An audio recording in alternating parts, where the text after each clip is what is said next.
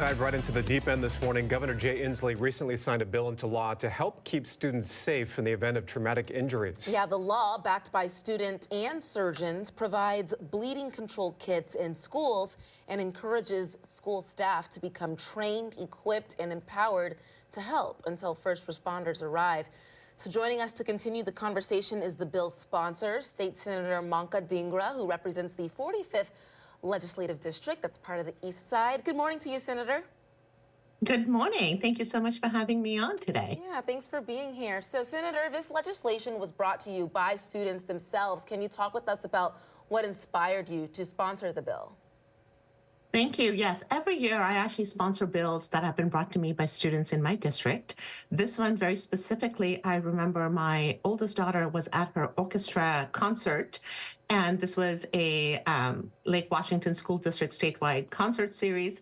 And these four kids came up to me and they said, "Senator, we have this idea.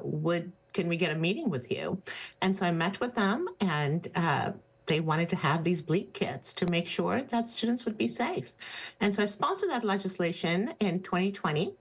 In 2020, it made it through the Senate, into the House, and then COVID hit. So we actually didn't do anything with that bill.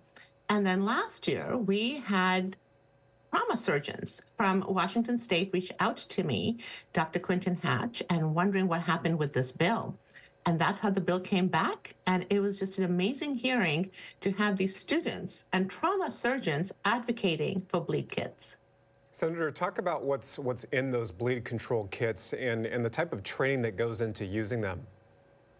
Yes, the kit includes tourniquets that are certified by the U.S. Department of Defense. They have compression bandages, bleeding control bandages, latex-free gloves, instructional documents, and other equipment. The bill does require that 2 or more employees per school must be trained on using the kits.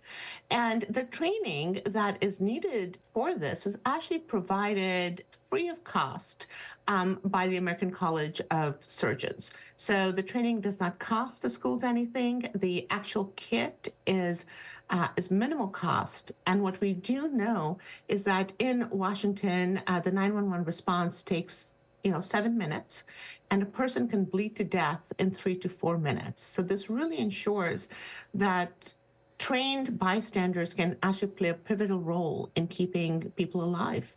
Let's talk about those trained bystanders. I know we mentioned school staff would be encouraged to participate in the training, but are there any more specifics? Anyone can be trained. The students are actually very excited because they too can go through this training and be ready to jump in and help.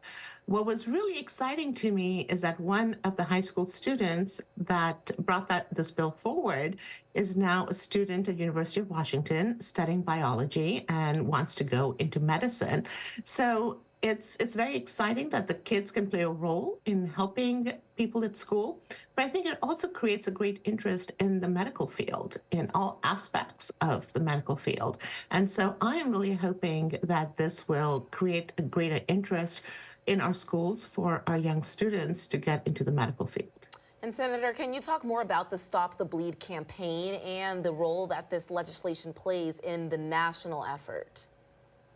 This is part of a national effort, as you mentioned, and what is really important is when more and more states start engaging in legislation like that, it creates a momentum for other states to follow. And we see that in all different policy aspects, where one state will do something and then the others kind of replicate it. And so this builds on that national momentum on really making sure that bystanders have a role, that they are trained, and they can actually be empowered to save lives. And this builds so much momentum for other states to do exactly the same thing. How do we determine which schools get access to these kits? Is there some type of selection process? Do they have to say, we'd love to have one of these on one of our campuses? How does that work with this? So this is actually a mandatory law, which means every school is required to have these kits.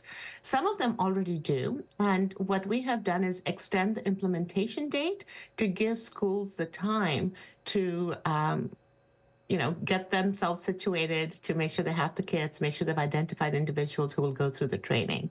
So with this longer ramp-up period, it just provides them that flexibility, but they can start anytime. And I have heard that there are some schools that are already doing this. Thank you so much, Senator, for joining us on this important issue. Thank you so much. It was a pleasure.